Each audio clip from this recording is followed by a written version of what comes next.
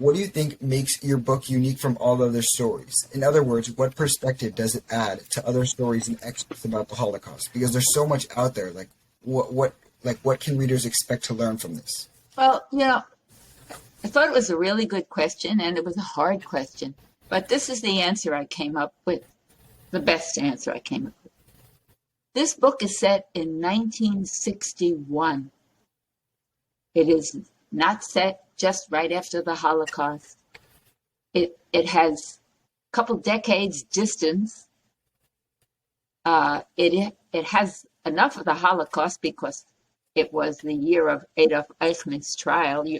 You may or may not know the story that he was, they captured him in Argentina. They dressed like a crew. They drugged him partially so he could walk, and they brought him back for trial to Jerusalem. And I happened to be in Israel, not exactly during the trial, but during that year, during the 61, when all the press was filled with that story. So what makes my book different is when it has distance. It has the context of 2 decades later. It has a population of not only survivors, but new immigrants and quite a measure of tension between them because they're all struggling. The new immigrants, largely North African, are trying to find a way to live. Housing is poor. Most men work construction jobs. Most women mop floors and clean houses of the immigrants. So I think what distinguishes my book is because the testimony is going on about the Eichmann trial, it's close to the Holocaust, but its context is 2 decades later. And the other thing that distinguishes it, I wrote it with 2022 in mind. There are in this book many echoes, many issues that are true in Israel and in the world today. Tension between the races, tension about money, tension about all of these things which are echoed in the book. Yeah, and I'll expand upon that later because we have another question that addresses that. But we found. Don't pay attention. That's fine. Always at it. Yeah. I found it really interesting because most the Holocaust stories you read either happen in a contemporary sense with regards to it happening right now, or a recollection of 8 decades ago. So kind of in the middle of that or a little bit after that paints an interesting perspective, and I think that's well, most of them are memoirs, first person, people who suffer. They're dying out, and it's very valuable what they do. I didn't have that experience. My father left, as the father does in the book. This is a fact. Yeah. Left Poland in 1920.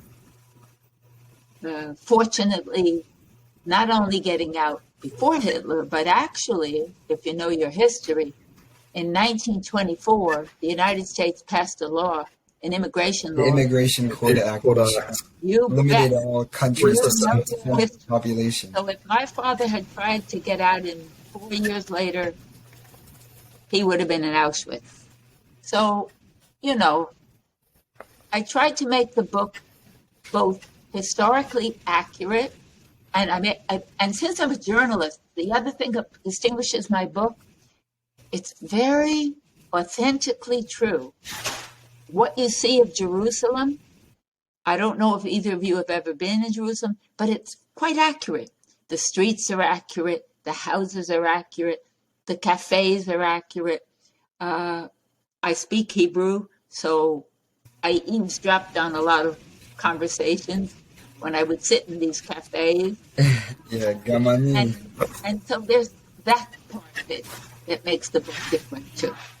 Yeah, I just also wanted to quickly touch on the fact that you incorporated real-world issues from 2022 into this novel And I think that's what makes really a novel that transcends through time. You're talking about you're reflecting on your 1961 travels, and it's also about the Holocaust, which happened 20 years prior.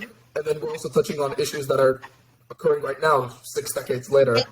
Exactly. Right now in Israel and in the world, this is way bigger than an Israel-Palestinian book. In the world, there's racism, there's casteism, there's Russians and Ukrainians killing one another, there's Iranians and Saudi Arabians fighting and not fighting, there's Israel turning inside out its judicial system and half the population protesting every Saturday, half against, or more than half against, some for. Okay. And to tell you the truth, when I thought about 1961, I thought about America because, it's before your time, you weren't born, but in America in 1961 was the beginning of civil rights. There were blacks and whites beginning to, when I first went to college, in New England, blacks could not sit at a counter in a Woolworths to get an ice cream soda. Okay. So I tried in this book, although it focuses on this story, I tried to give it a kind of universal quality. Which is part of what makes this book so great.